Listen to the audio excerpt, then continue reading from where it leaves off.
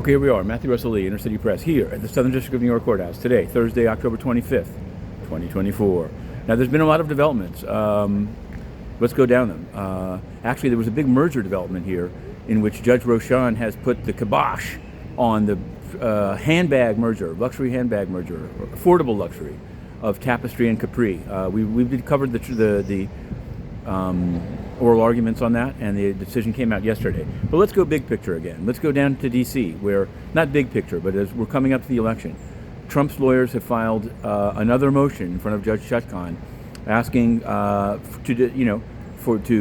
litigate the issue of the appointment of Jack Smith, which they fastening themselves onto Clarence Thomas' footnote and to Judge Eileen Cannon's dismissal of the documents case. They say the same should happen in D.C. That was filed. Emil Bove, former prosecutor here, in Diddy's world. In Diddy's world, there will be no appeal of his bail and detention in the Second Circuit on November 4th. Instead, they got it put into abeyance, and they're going to be applying to Judge Subramanian on this side of the street. That hasn't been filed yet, and so apparently, some would say, why pull back an appeal which could have, that at least conceivably gotten him released? The other side says 4 bites at the apple. This way they can try in front of Subramanian, and if it doesn't work, then they can go to the Second Circuit. They have status reports due every 2 weeks in that one.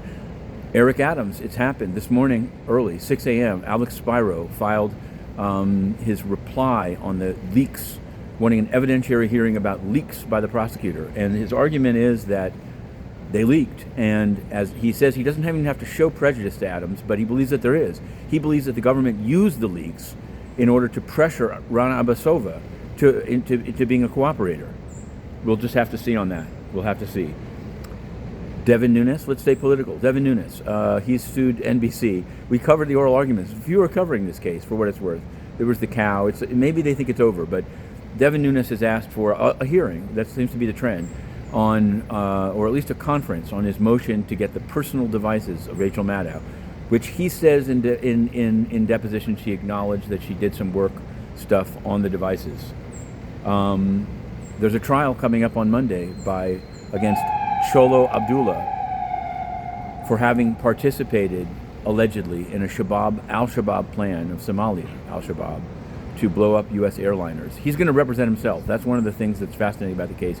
For some reason, he wanted to question jurors about their bias, possible bias about Israel-Palestine, but he's withdrawn that request. He's going to be appearing in prison clothes, and we will be covering the trial. Meanwhile, this morning, we asked the IMF 2 questions by WebEx to their annual meeting briefing on Africa about Sudan and Ethiopia. Meanwhile, our written questions to the UN go entirely unanswered because Antonio Guterres is totally corrupt. He's a man that, because he couldn't handle questions about his finances, had the press roughed up and banned. But we will not cease, we will not rest. Trust it. In any case, if this is the last vlog of the week, have a good weekend. To be continued.